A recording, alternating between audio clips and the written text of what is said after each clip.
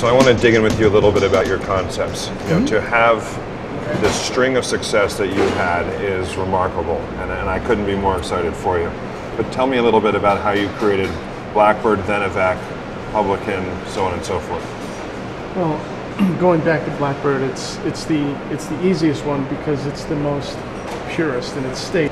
4 guys and a designer just trying to do something more unusual, something really clean in the idea of clean slate. I think there was a transition as far as restaurants go back in 96, 97, as you can recall. You were also trying to do something different. Right.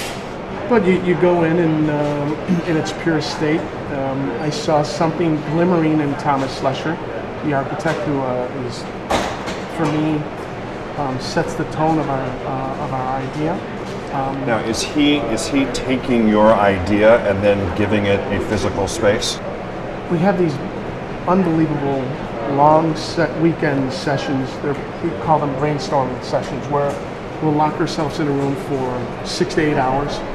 8 hours minimum on a Saturday, and then 6 hours on a Sunday, and talk about cleanliness and minimalist, which I don't believe was important in the dining scene back in 96 and 97. And you felt that would give you more relevance long-term as well, right? Busy rooms tend to look cluttered, dirty, messy over an extended period of time, where that sleek line that you're known for has really given you the ability to always keep your concepts looking beautiful, relevant, edgy, as you said.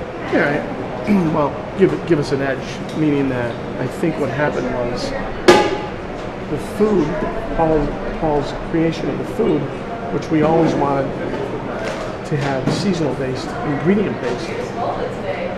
Did we have that vocabulary back then? No, but we used the word seasonality and then ingredient-driven. But I think it was a natural progression. What happened was the space in itself laid the groundwork to embody his food. Okay. And then the people filled in the color, and that's how that restaurant, I truly believe, became successful, because the statement was ambiguous. White gypsum board, shotgun space, no art. Right. But you white had tablecloth. Beautiful people in the restaurant right from the jump, right? When you had, as we've talked about, there's always that group of people who frequent restaurants right when they open, and then we never see them again. Yeah. But you were able to, you were having Lenny Kravitz come in, you were having, fashionistas, celebrities come in, as well as, Charlie Trotter was celebrating you guys very early on and respected what you were doing, the execution of that, and the critics followed suit as well. So let's jump in it. Now take me to Avec. You got a good memory. I remember everything you were doing, dude. I was watching you like a hawk. I think that we were lucky enough to catch the attention of that slick 2,000 people that lived within that period. So they would bring other guests, and the word of mouth, and I think what happened was this clean space and this seasonal food that was 3 components, simple, easy, and if you remember back then, we had a $50, $60 wine list. So it was pretty easy to navigate 2 or 3 courses and a bottle of wine for, not that we were extremely value driven back then. We continue to stay that course, but of course we're in a different, Blackbird's in a different category right now. Yeah. So, but it was easily navigated. So I think what caught on was, this place doesn't belong in Chicago. This place, it's like, came out of New York. Who are these guys? And we've been around forever.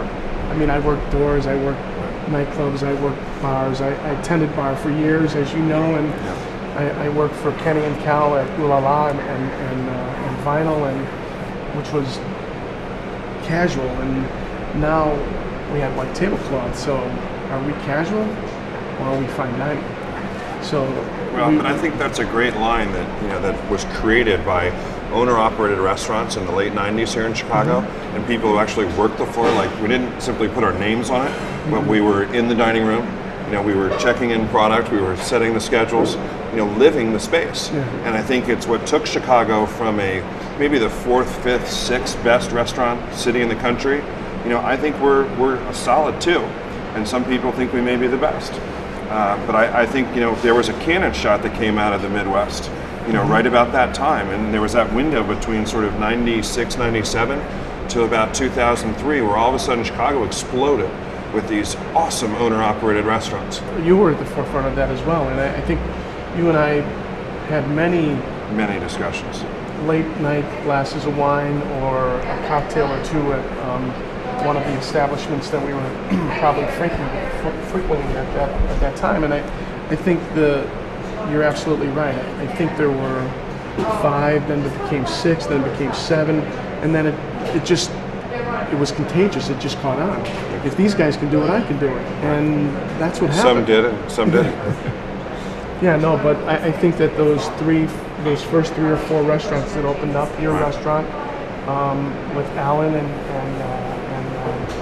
Oz, and you know, I remember talking to you about your wine list, and I remember